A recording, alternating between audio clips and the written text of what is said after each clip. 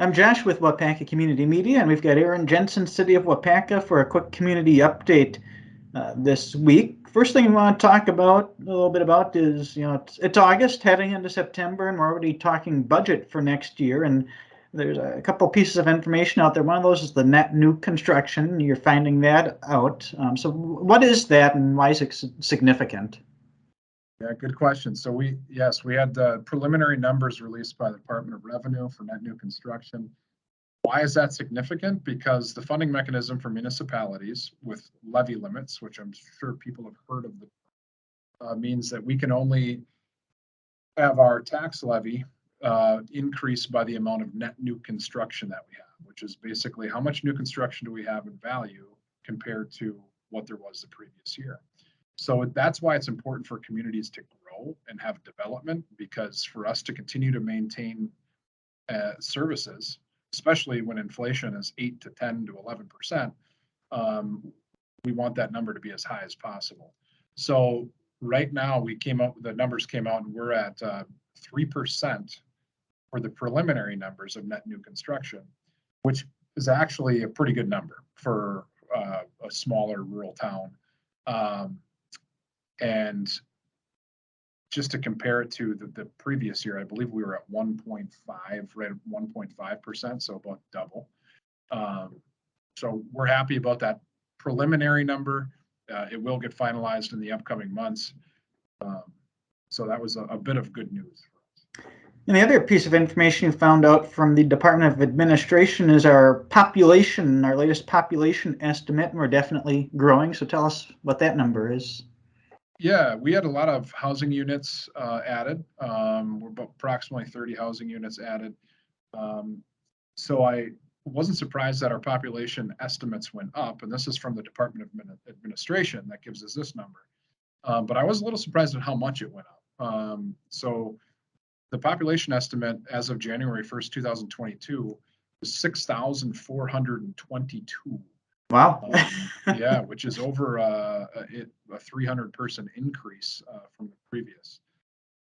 So just a kind of a fun fact, and also obviously has correlation with that net new construction.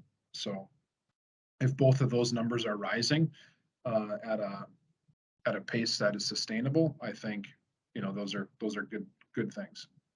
Very cool. One very good thing happening this weekend has to do with the Waupaca Lakemen. They've got some good news.